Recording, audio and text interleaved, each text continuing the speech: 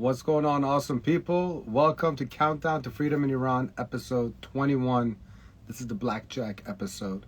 It's a pleasure to have you guys joining us virtually. My name is Iman, and if you've never dropped into Countdown and you don't know what Countdown is, it is the only English-speaking weekly live stream dedicated to what's happening in Iran. We have multiple segments. We always start with a news and update segment, courtesy of our incredible Uniters journalist, Paris Mansouri.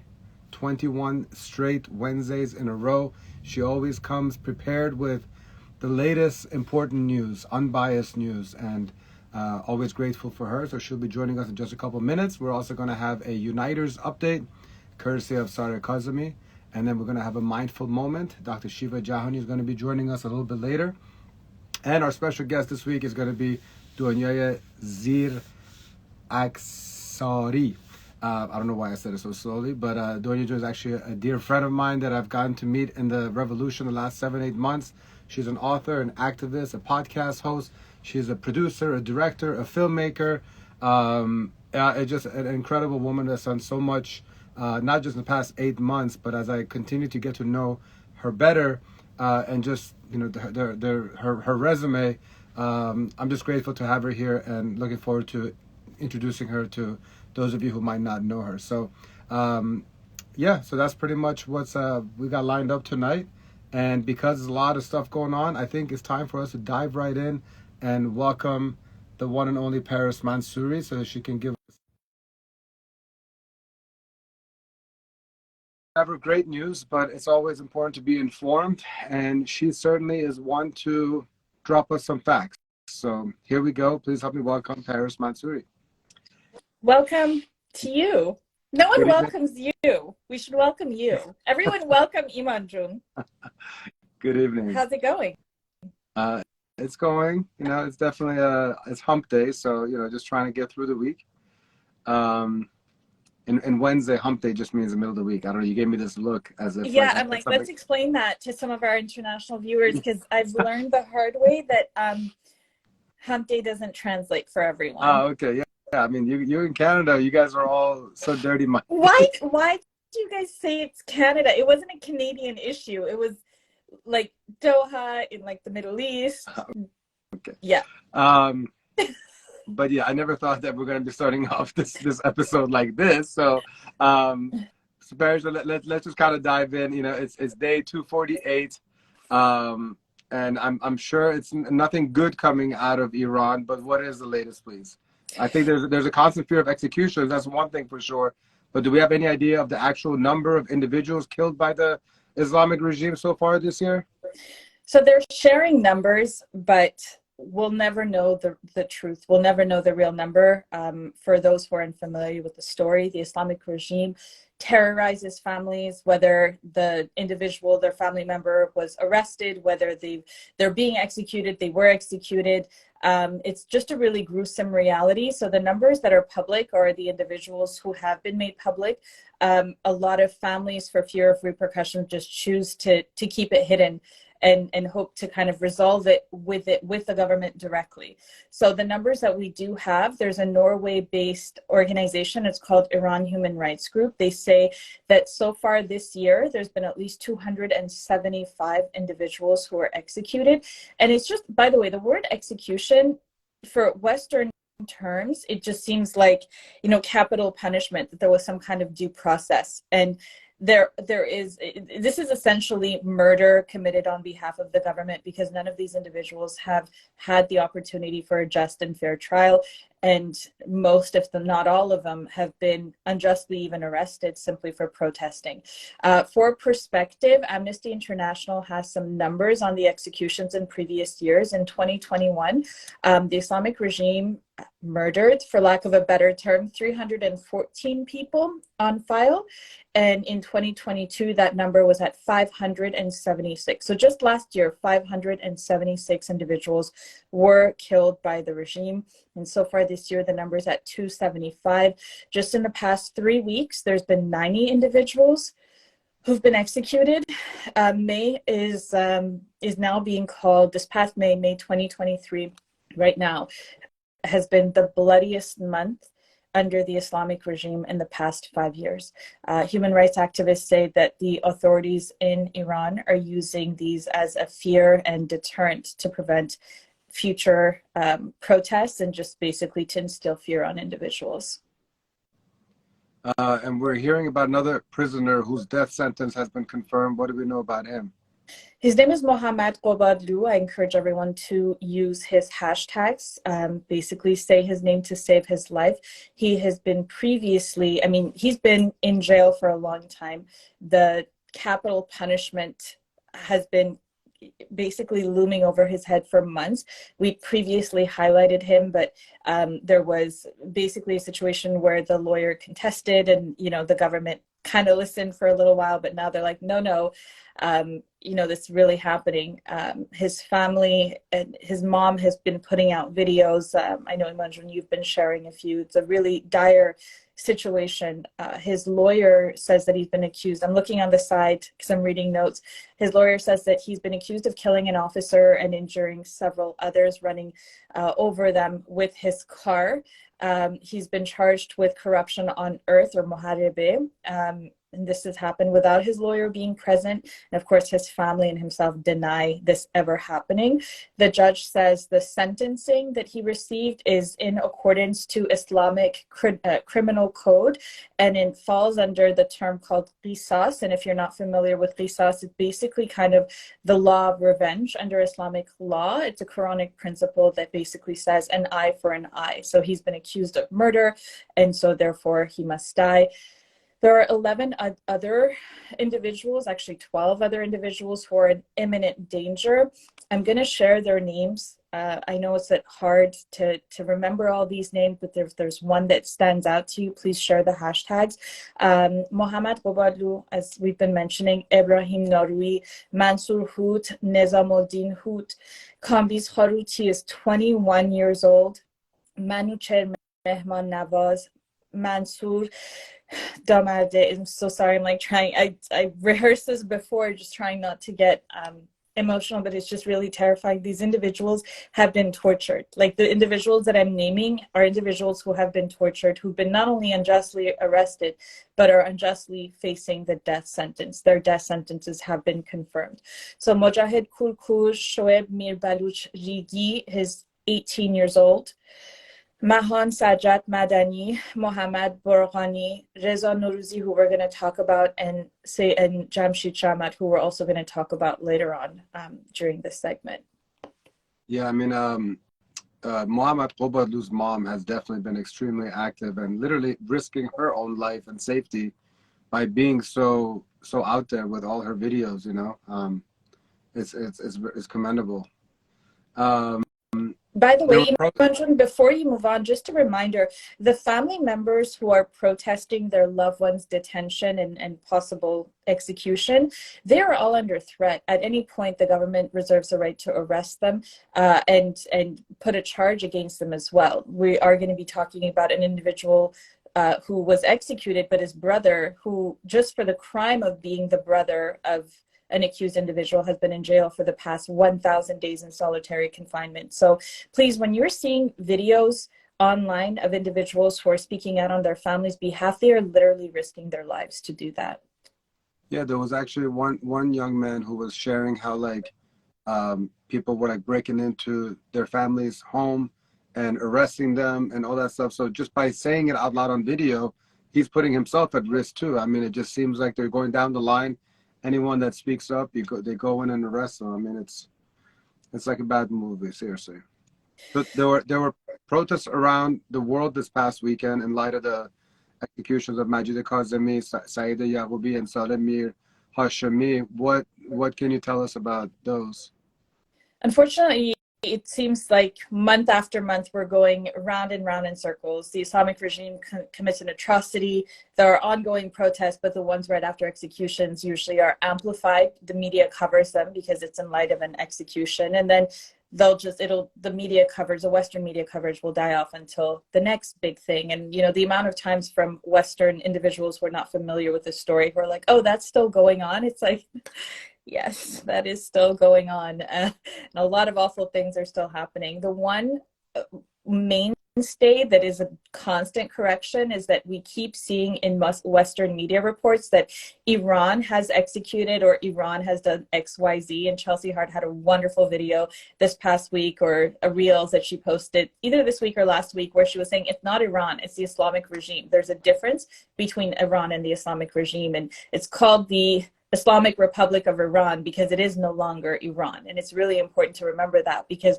the protests and the movement right now is to reclaim Iran and to remove the Islamic Republic. So if you're sharing these stories, please make sure that you're not saying that Iran is doing anything, because they're not. It's the Islamic regime. There's one good news that came out of this past weekend, and it was out of the UK. The Islamic Center of England has been shut for now. They've shuttered their doors. It was being run by Ayatollah Khamenei's representative in the UK. Now, why does Ayatollah Khamenei, who's a known, international terrorist mastermind, why does he have a rep in the UK? Why do they still have a presence? And why is the Islamic regime allowed to fund an Islamic center in the UK? And again, there can be Islamic centers anywhere, freedom of religion, but specifically an Islamic center that's being funded by the Islamic regime has a lot of question marks next to it. So far, they've shut it down. We'll see what happens in the future, but that's one piece of good news that happened in the West this past weekend. We'll take any kind of good news you have for us. There was some disturbing news that I saw in the notes that you provided that Jina Mahsa Amini's grave was vandalized this weekend. What do we know about this incident? Unfortunately, nothing shocks me anymore about this regime, but yeah, tell us more. So according to the BBC, it happened this past Sunday, and I apparently missed it the first time it happened. Her brother, so Jina Mahsa Amini, so for those who are new to this story, Jina Mahsa Amini was a 22-year-old Iranian Kurdish woman who was visiting Tehran. The morality police, quote unquote, arrested her because they were questioning her hijab and how she had covered herself. The Islamic regime said that she had a heart condition, a precondition that basically caused her death. But if you're familiar with the morality police under the Islamic regime, they are extremely violent and permit themselves anything in the arrest. So the belief is that they beat her severely and she went into a coma and she passed away, which happened back in September 2022, which sparked the revolution. Now, since her death, obviously her name has become synonymous with this revolution, and her gravesite is a place that many visit. And according to her brother, this is the second time that they have vandalized her grave. So there's a glass casing over her epitaph, and if you Google it, if you search it or go to his account, you'll see that it was cracked. And I got emotional reading this because he says, no matter how many times they break it, we'll fix it. Let's see who gets tired first. And I can't imagine what it's like to have your sister executed and to constantly live in fear. I'm sorry, I'm getting emotional again. The same article states that any individual, the local authorities have threatened anyone who offers help to basically fix the acts of vandalism as well. So it's like they not only killed her, but even in death, they continue to demean her existence. That's a tough one to move forward from, but just to keep going, Persian, Iran's president has appointed a new official in a powerful security post. What's the situation? So for anyone who's had any sort of job, we're all aware that we need to have some sort of experience when we enter a job, especially if it's a high-level job, a highly functional position in government. So listen to this. Ali Akbar Ahmadian is replacing Ali Shamkhani. So to many of us, these names have absolutely no meaning. So I'm going to tell you about him. The position is the Supreme Security Council head. And this guy, Ali Shamkhani, has had the position for over a decade. And I know I'm using the term loosely, saying this guy. Again, I have absolutely no respect, so maybe I'm not being, the integrity in journalism is not there, I apologize, but I have massive disdain for these individuals.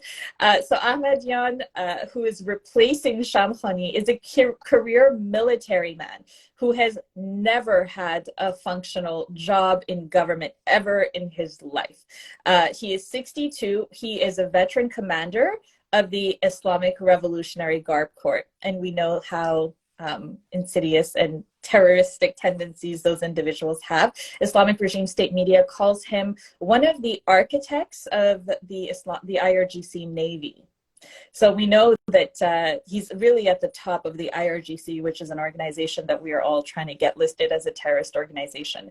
Unlike his predecessor, he has absolutely no experience in politics or diplomacy, and now he works as the country's new security chief, and one of his top priorities is going to be reestablishing ties with Saudi Arabia, which we know is a rival nation. So a lot of diplomacy is going to be needed, and he has absolutely no experience in it. Great choices being made. 6 Iranian border guards were killed Sunday during clashes with an armed group in Sistan, Baluchistan. What details do we have about this? So it happened in Saravon. For those who are unfamiliar with the geography of Iran, Sistan and Baluchistan is at the border of Pakistan. If you're picturing the cat, it's literally at the tail end. It's at the bottom southeastern corner of the country. So Islamic Republic State TV says that it happened when a group of armed individuals were trying to come into the country. They managed to kill these individuals. They were militants. That's all we know. They were injured, but they managed to get away. And there have been no confirmations on who these militants are, who they're affiliated with, or what it is. All we know is that 6 Iranians were killed at the border, who are basically security details at the border. And the fact that, like, imagine if American Border Patrol, like 6 American Border Patrol were killed, whether at the border with Canada or Mexico. Like, imagine a nation, how we would react as a nation. And now just imagine how meaningless human life is to the Islamic regime, that the individuals who are protecting our borders are completely ignored this way. And there's talks of military action against the Islamic Republic. Well, what are those details? That sounds, sounds so good, but I don't know how realistic it is. So let's hear it. So yeah, Kavijun is saying it's not the first time this is happening. You're absolutely right. There's a constant threat at all of our borders, and the Islamic regime definitely has tremendous disdain and appeasement towards whether it's Afghanistan, Pakistan, or Iraq. So about military action, it is terrifying for those who are following NAYAK or some of these organizations that are sympathizers with the Islamic regime. This looming threat of war with the Islamic regime is always a concern. So everyone's saying we don't want war in Iran, and obviously no one wants war.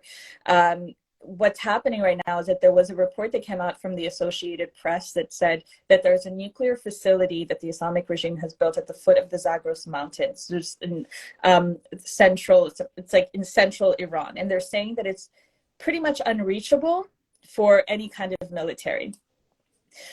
So the same article quotes experts saying that it's likely beyond the range of a last-ditch U.S. weapon designed to destroy such sites. So the chief of Israel's military has also spoken up. We know that Israel does not have the most wonderful relationship with the Islamic regime. And they're basically saying that Iran has advanced with uranium enrichment further than ever before. There are negative developments on the horizon that could bring about military action.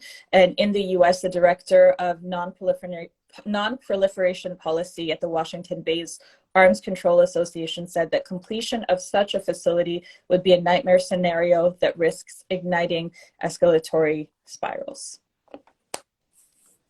Updates about protesters and detainees. We have some good news here. Yes, Hoorshidar Zari, who is a family member of one of our uniters, was released over the weekend, which was wonderful news. We get excited when we hear these things, but we have to also remember these are individuals who were arrested in horrific circumstances, inhumanely treated. So yes, he's been released, but honestly, their mental well-being and their mental health is of incredible importance. And let's not just forget them. Let's not just celebrate their release, but if you have a loved one or a family member who's been through this ordeal, show support. It's not just the release, but check in on them. I'm not saying that we individually all know people like that, but just know that checking in on them is great. It's not just a celebration of the release. Yeah, who else you got?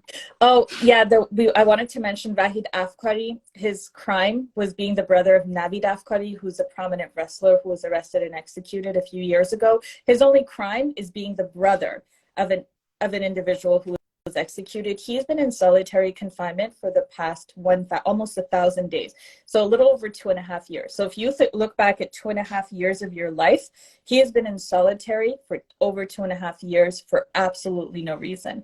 There's also Ehsan Shadel, him, his wife, and his children. His wife has just been released just today or yesterday, but he was taken in over a week ago. All he did was voice support for the Crown Prince Reza Pahlavi. That's all he did, and he was abducted. Same thing as Reza Norouzi, who was arrested last year, him and his family, simply for basically showing support for Reza Pahlavi as well. And also, we have to always remember Jamshid Sharmand, who is the gentleman who's German American, who was basically taken, completely abducted, brought to Iran to face sham charges. So save Sharmad is a hashtag we're also going to be following. Very quickly, the action items this week, what hashtags we should be following and using? All the hashtags that I mentioned earlier, hopefully it's been shared on this thread, but Mohammad Ghobadloo, who's at imminent threat of execution, hashtag IRGC terrorist, hashtag save Sharmad, pick your favorites. Unfortunately, that's what we got to do.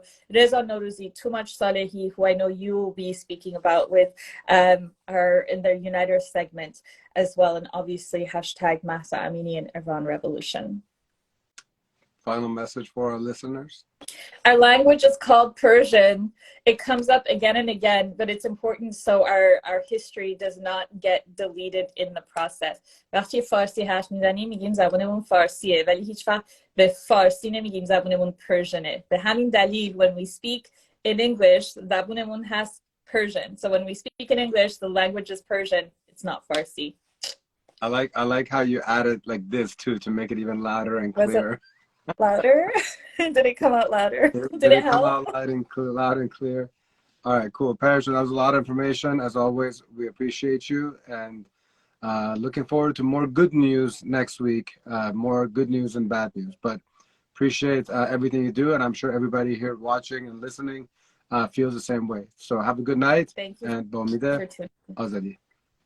Bomide Azadi. And just so everybody knows, if Iman, June, and I speak over each other, we promise it's not on purpose. There's some kind of lag that happens, and we're not speaking over each other, but apparently in the replay we are. So we're sorry if it happened during this one. Hopefully, have a good one. Hopefully this one was smooth. Good night, Aziz. Take care. Good night.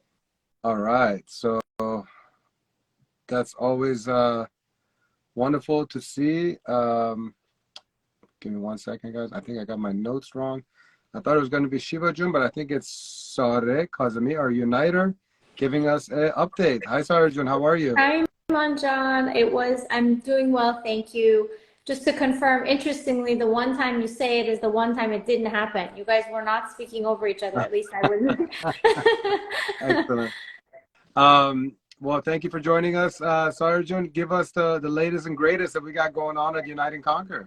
Yes, so reminder to everyone that this Friday, May 26th, is the event that we've been talking about for several countdowns now. Last week, Mona was here telling you about our upcoming critical mass bike ride event.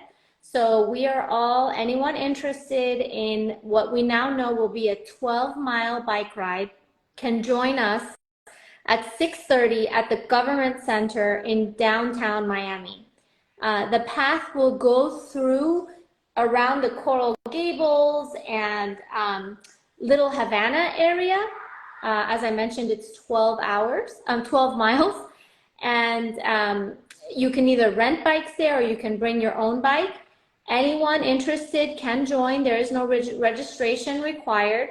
If you don't want to bike and you want to come and cheer on the riders, we have identified that on the corner of 8th Street and Flagler Avenue, there is a little storage place, and that is a corner that people can stand that will allow you to see the riders twice, both on the path out and on the path back. It crosses in that area. So thanks to Kaveh on the line for helping us coordinate that, but we were able to identify that location. for anyone who's interested in coming and supporting and wearing your signs and your shirts to bring awareness to the Iran Revolution. The riders will be wearing their t-shirts, hanging their flags, having their bikes lit, however way we can to bring awareness to what's going on. Kaveh is actually adding in here that there's City Bike and Brightline Bike for rent nearby, so that's great. That's awesome. I'm personally very bummed that I'm not going to be able to make it, but I'm so happy to see so many of the Uniters are representing, and hopefully the community in South Florida will also partake in this and you know, make as much noise as we possibly can. All right. Yeah, I'm gonna. My cousin, who is now coming to visit, Atta, is coming. I don't know if he's on the line, but letting you know right now, Atta, you have to, this is our Friday night plans. Well, afterwards, you guys can go party in Miami, you know?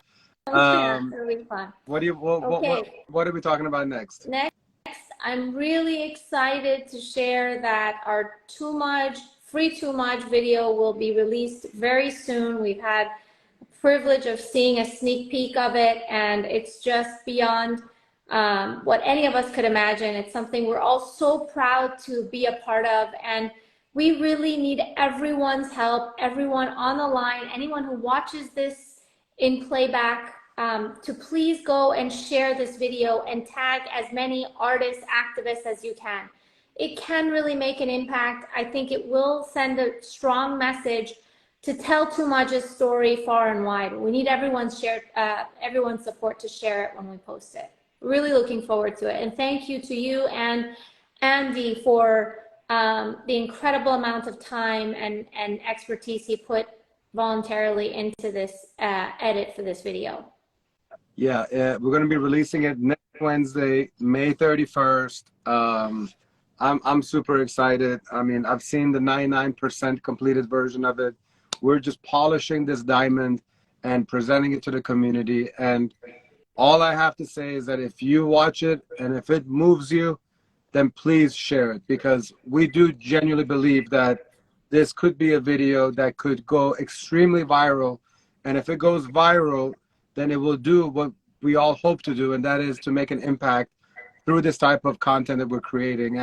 And hopefully, you know, it reaches every prison, it reaches Toomaj, and it helps in freeing him and all the other prisoners that are unjustly in those cells. So we're excited. And so next Wednesday, May 31st, we'll be sharing it, and we need everybody's support to get the word out.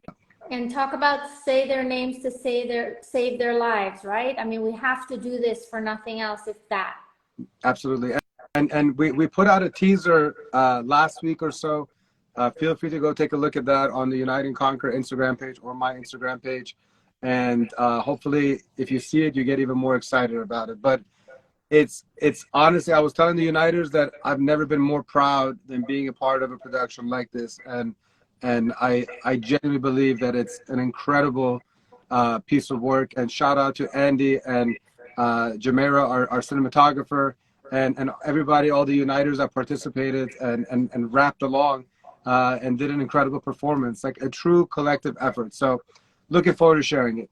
What else you got? I can't get my lines out of my head, Iman. It's stuck with me forever. And you had a hard line. You had a couple of hard lines, but you killed it.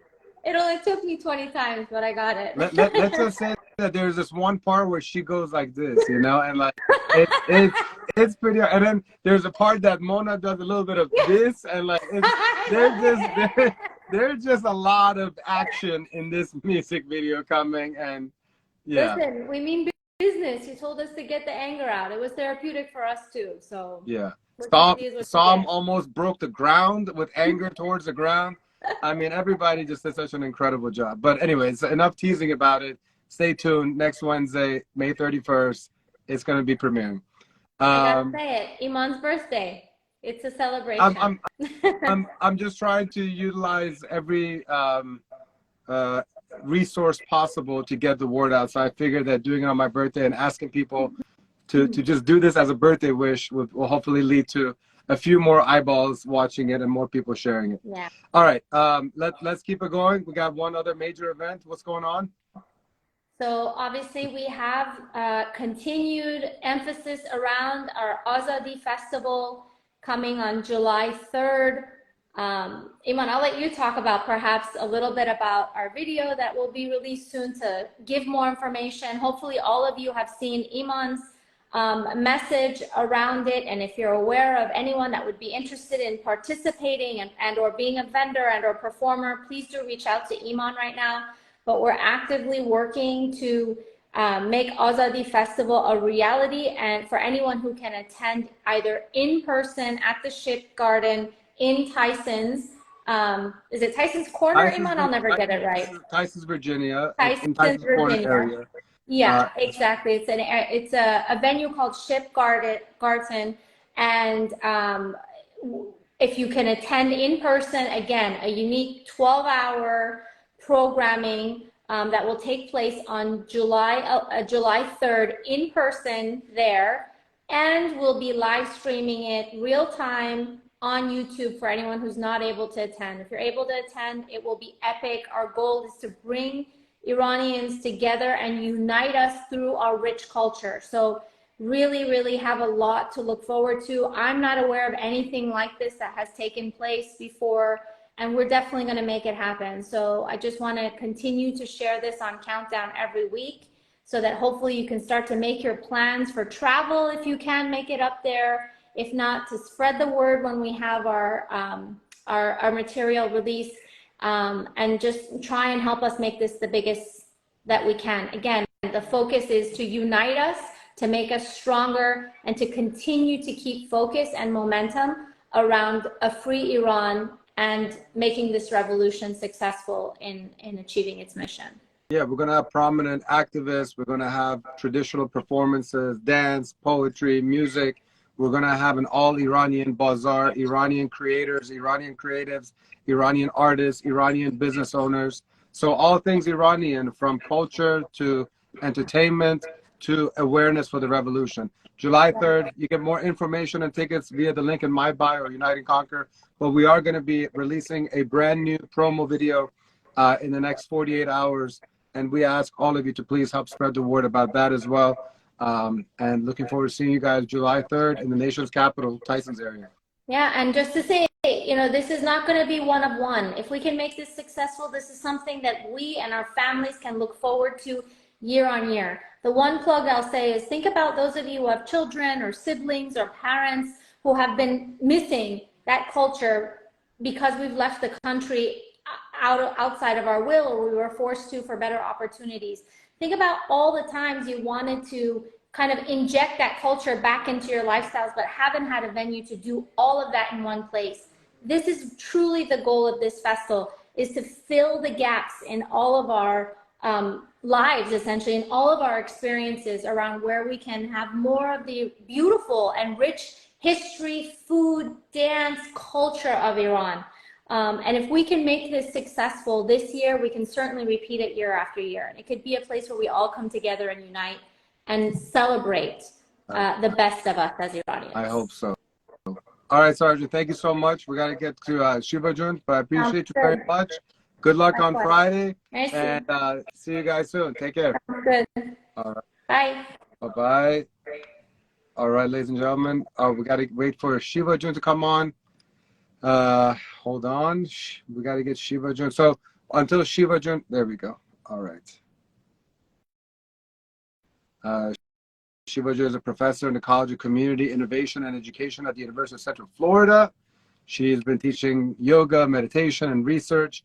And today she's going to be talking about dosha types and self-care. Hi, Shiva Jahani. How are you? Hi. Oh, How are you? Thank you so much. I appreciate it. So tell us, this week you'll be teaching us all about the 3 dosha types and the 5 elements. Yeah, I know this is so new to to many of us, but this is let's begin with just like Ayurveda practice. This comes from thousands years of practice in India that was just a food is medicine, and personalize our lifestyle based off like how we are responding to food, to the different activities. So it just and it's based on 5 elements of fire, air, water, space, and earth. So all of us have those elements, and knowing those elements help us to understand ourselves. And combination of each of those is differ person to person. And if we know our nature and our doshas, so will help us to just choose different types of meditation, different types of activities and food. So it's so important to personalize our lifestyle. And also it is very, very interesting that we always say not one size fits for all. That is exactly that healing practice and system based on not one size fits for all.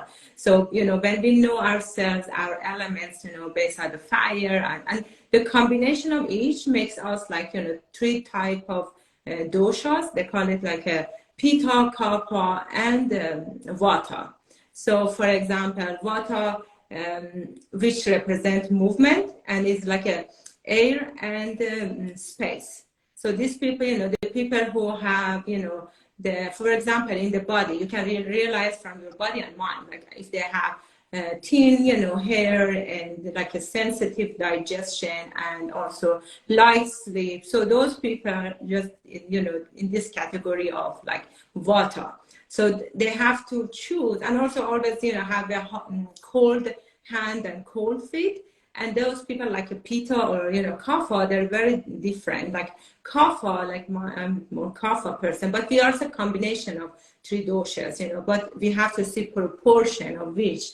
So like for example, kapha is the earth and water. So these people are really relaxed and just they flex and they just patient and slow and sound sleep. So then for this type of people, they need to listen to the sound, like a very energetic sound, go to the more walking meditation. They cannot sit, so that's what we are personalizing, the type of food and exercises and movement and stuff like that.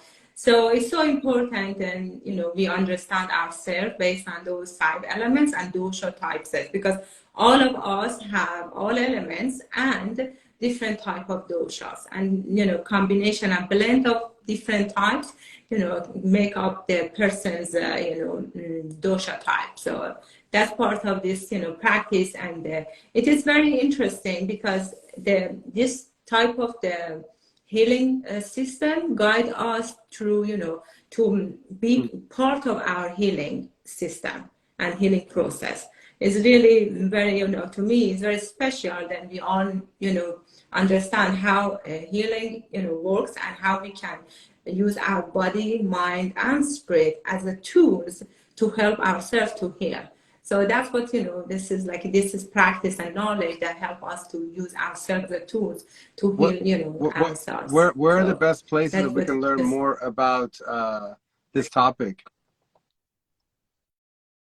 The first, is at first it's Chopra was the center was creating the health protocol about that.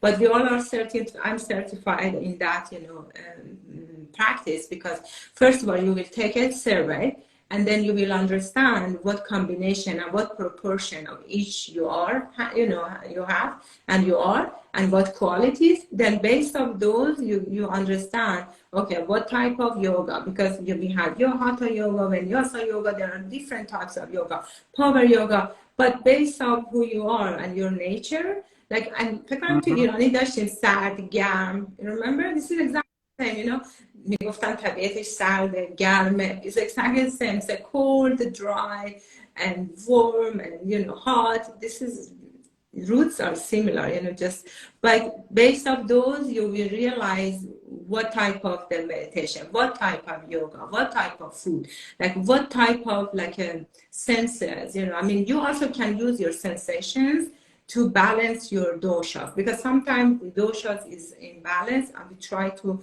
balance ourselves with different things. So that's what help you to use different sound, different food, different spices to help ourselves to just balance your life. Well, it looks like we all got to get our dosha on. And for more information about dosha, you can definitely always reach out to Shiva. She's always very accessible and helpful and willing to share all the things that are helping her be balanced mind, body, and soul. So thank you so much, Shiva.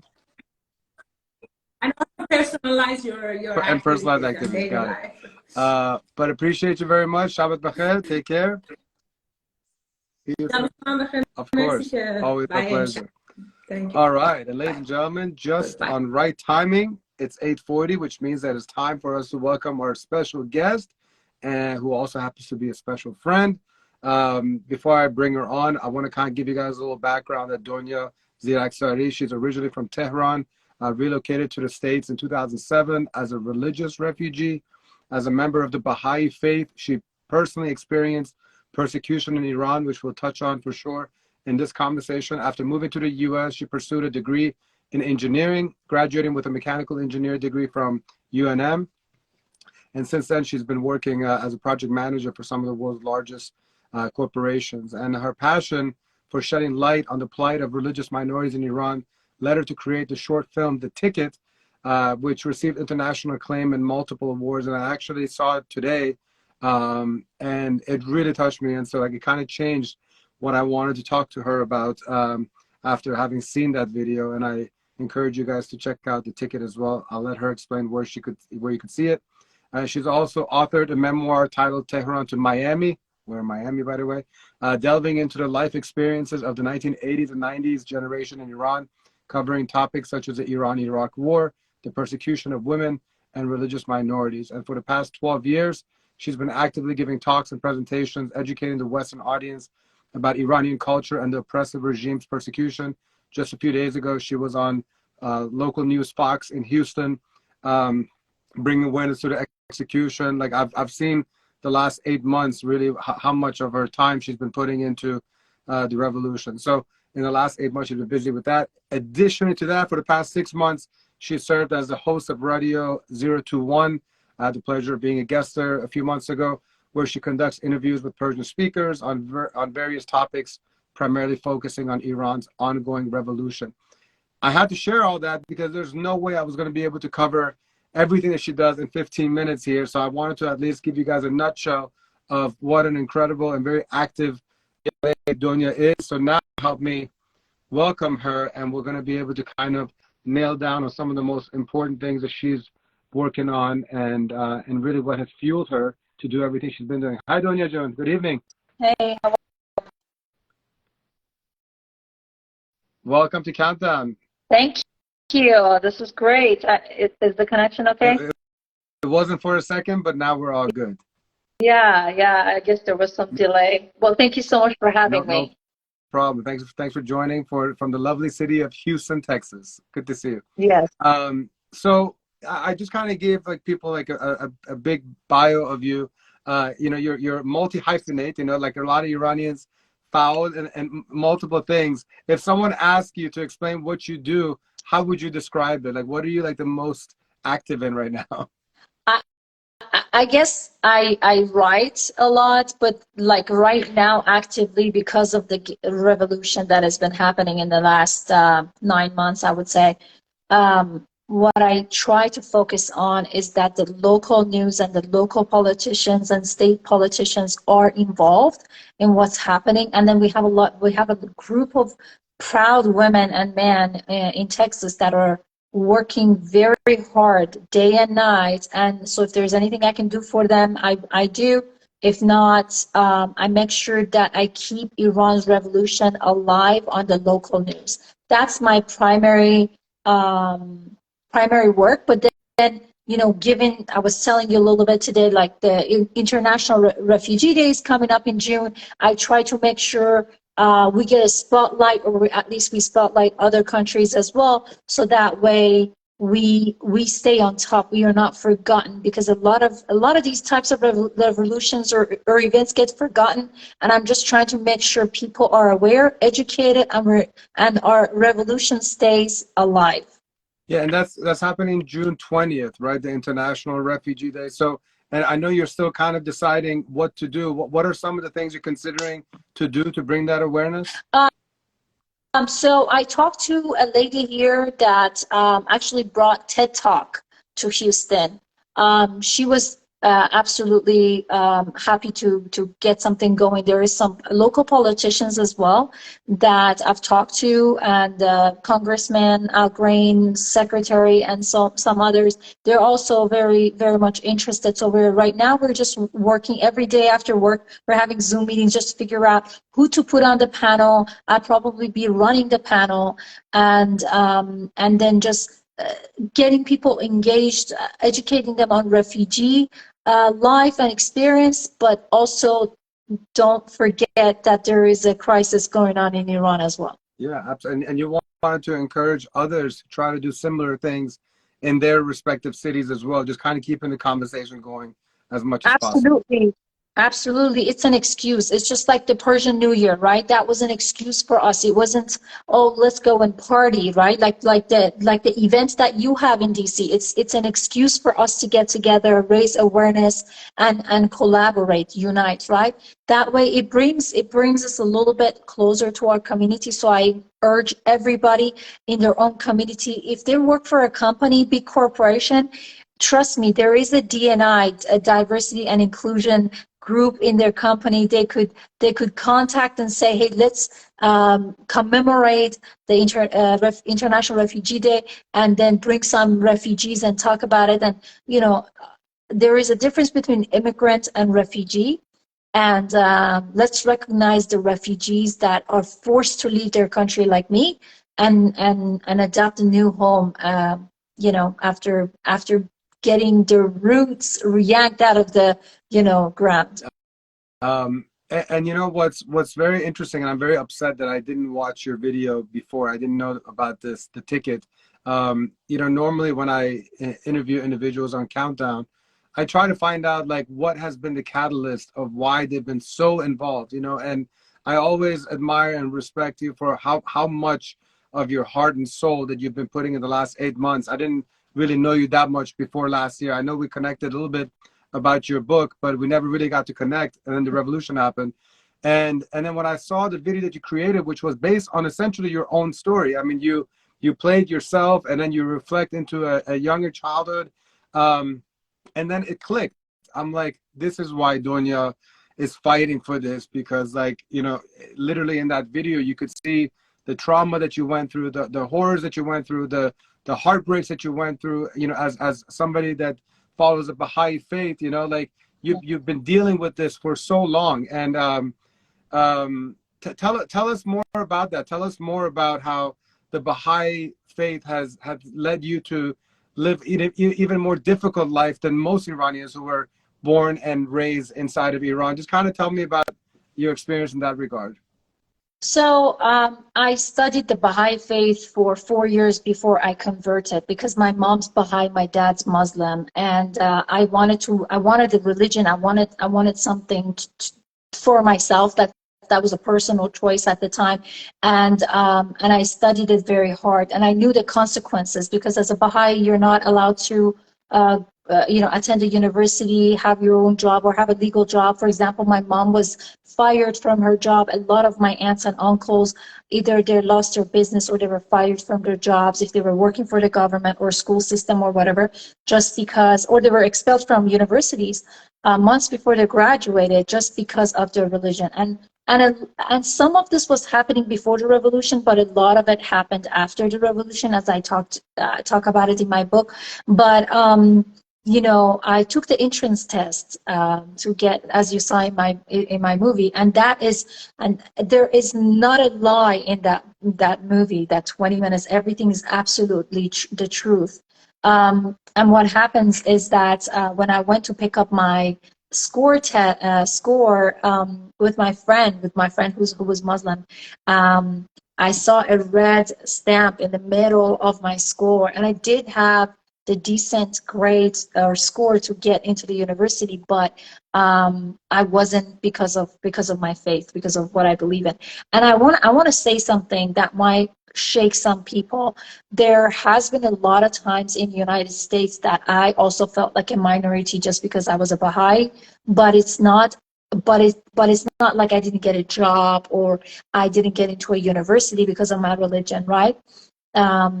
So the differences that you feel changes as you move from one place to another.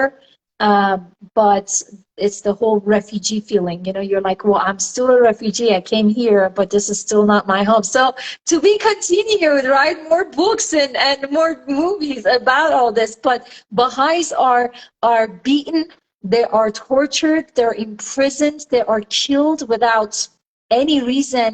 There were a lot of Baha'is in the last several years that were shot in the face just at their house. Nobody knows why and who did it. They were poisoned to death. But a lot of them are imprisoned. They're in solidarity. They're in, yes. And they're just, you know, it's really sad what's happening to the Baha'is in Iran, because like you can imagine, like the regular Iranians in Iran have no hope. Imagine on top of it, you're a member of an LGBTQ community, or you're a Baha'i, or you're a Christian. How do you feel then, right? Absolutely. So where can they see this video?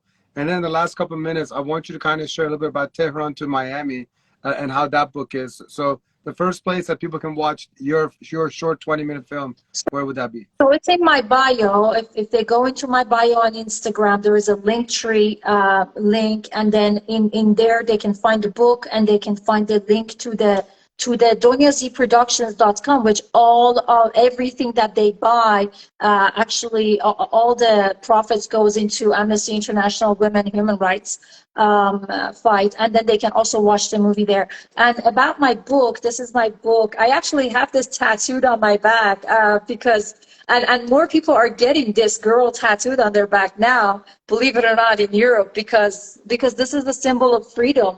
And this book came out end of 2021. It took me 8 years, and it does talk about the minorities that are in Iran, especially women, which are the largest minority in Iran. Women are, and then it talks about religious minorities. It talks about the 1980s and the 1990s generation growing up in Iran, especially after the Iran-Iraq war, with the food scarcity and the brainwashing in Iran.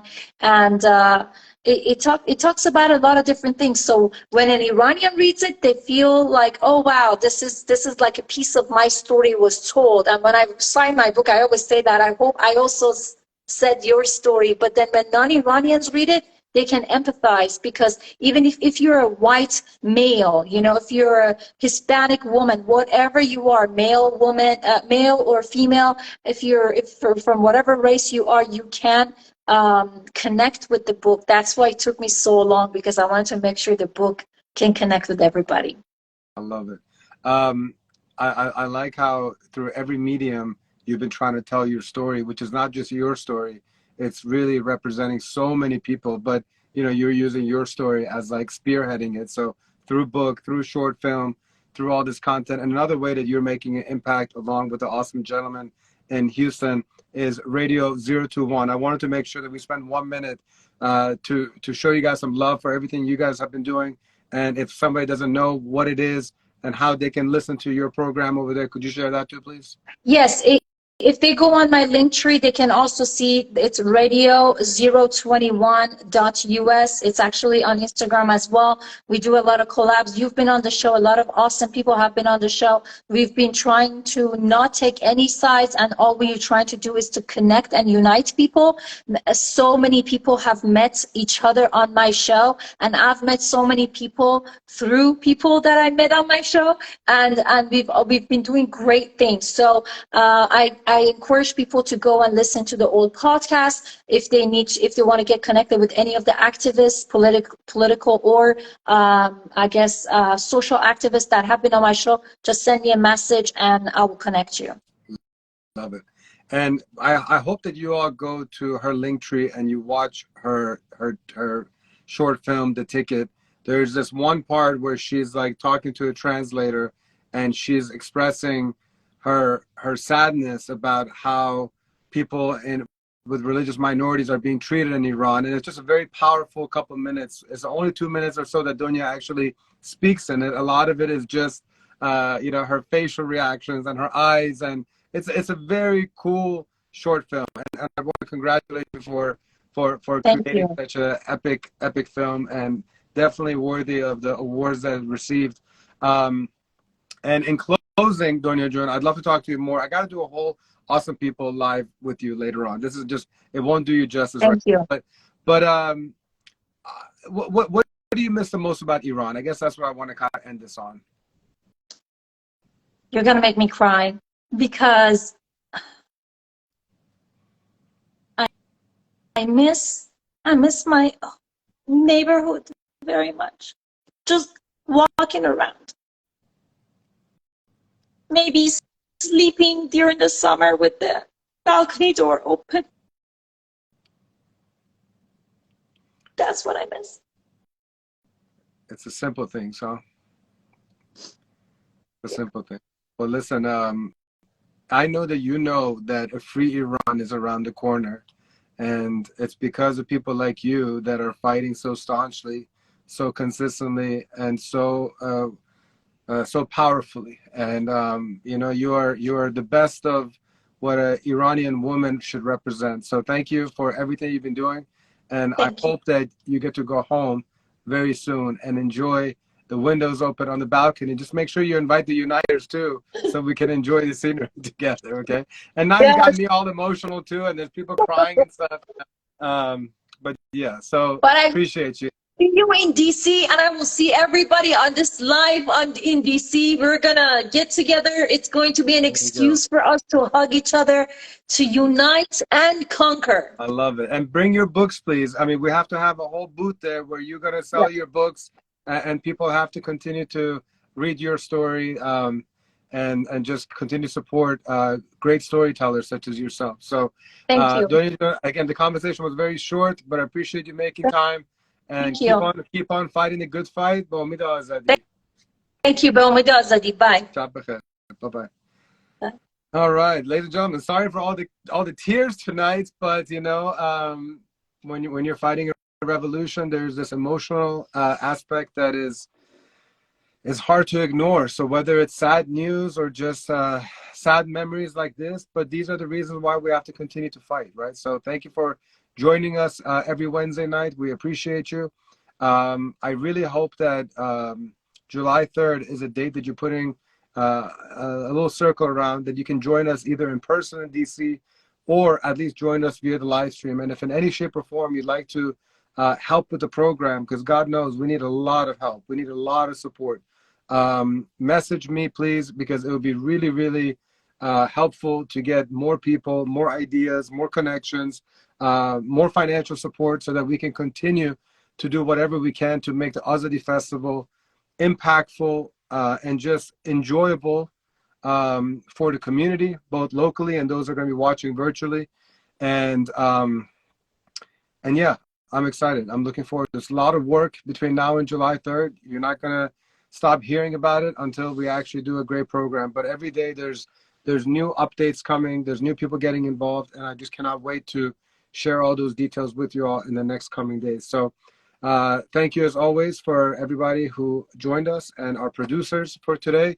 Paris Jun, thank you so much. Sareh Jun, thank you so much. And also Shiva Jun, appreciate you. And once again, Donya Jun, thank you so much for joining.